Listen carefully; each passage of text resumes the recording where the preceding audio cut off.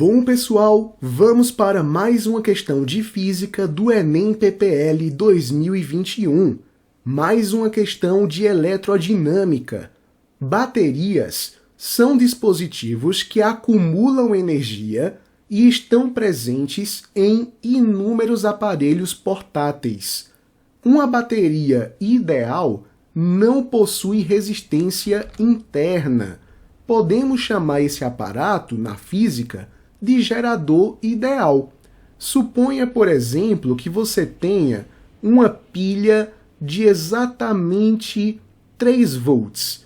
Se essa pilha é ideal, não tem resistência interna e, portanto, não dissipa energia, esses mesmos 3 volts podem ser estabelecidos para algum elemento de circuito elétrico que você associe a esta bateria. No entanto, como diz o enunciado, baterias reais apresentam resistência interna, disponibilizando uma tensão efetiva V inferior à sua tensão normal epsilon, também chamada de força eletromotriz, conforme essa figura daqui. Antes que olhemos para a figura, vamos olhar para esse caso mais uma vez. Se a bateria fosse ideal, sem resistência interna, esses 3 volts da bateria seriam estabelecidos para essa lâmpada, por exemplo.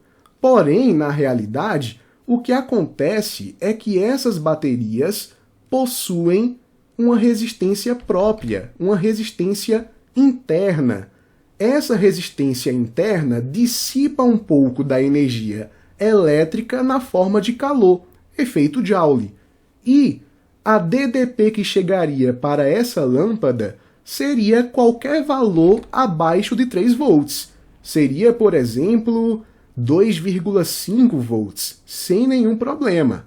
Então, é isso que o enunciado está dizendo para a gente. Nas baterias reais, por conta da resistência interna, a bateria disponibiliza uma tensão efetiva inferior à sua tensão normal. É somente isso, pessoal. Então, estamos bem situados.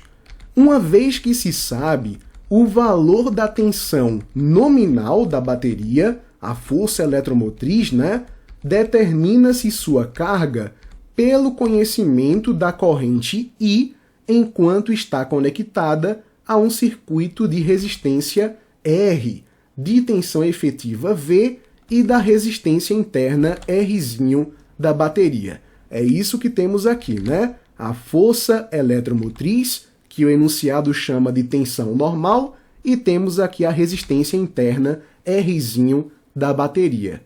De posse de um voltímetro, representado por esse símbolo, de um amperímetro, representado por este, e de uma resistência teste, R, a configuração adequada para avaliar a carga da bateria é, veja só, note que em todos os casos essa resistência R, será associada à bateria.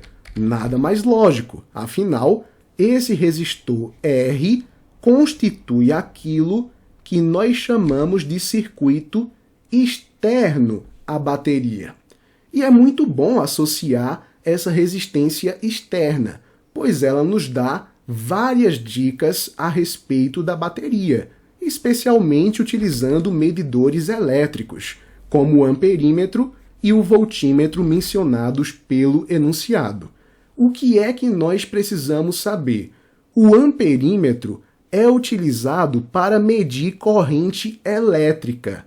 Veja só, utilizando o sentido convencional da corrente elétrica, temos aqui um polo positivo e um polo negativo, a corrente sai do polo positivo do gerador. Então, essa corrente elétrica vai passar aqui pelo circuito. A ideia do amperímetro é medir esta corrente elétrica.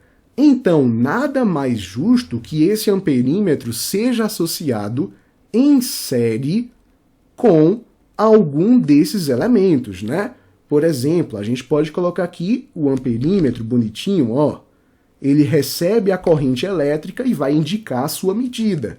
Veja que ele está em série aqui com a nossa resistência externa, Rzão, e também com a resistência interna do nosso gerador, de nossa bateria. A regra é essa: amperímetro deve ser associado sempre em série. Para que ele não atrapalhe essa corrente elétrica, o amperímetro tem que ter uma resistência elétrica bem pequenininha, beleza? Para que ele não atrapalhe na medida dessa corrente do circuito que estamos analisando. Por outro lado, o voltímetro é um aparelho que mede a tensão elétrica de uma região do circuito ou de todo o circuito. E a regra é clara: todo voltímetro deve ser associado em paralelo.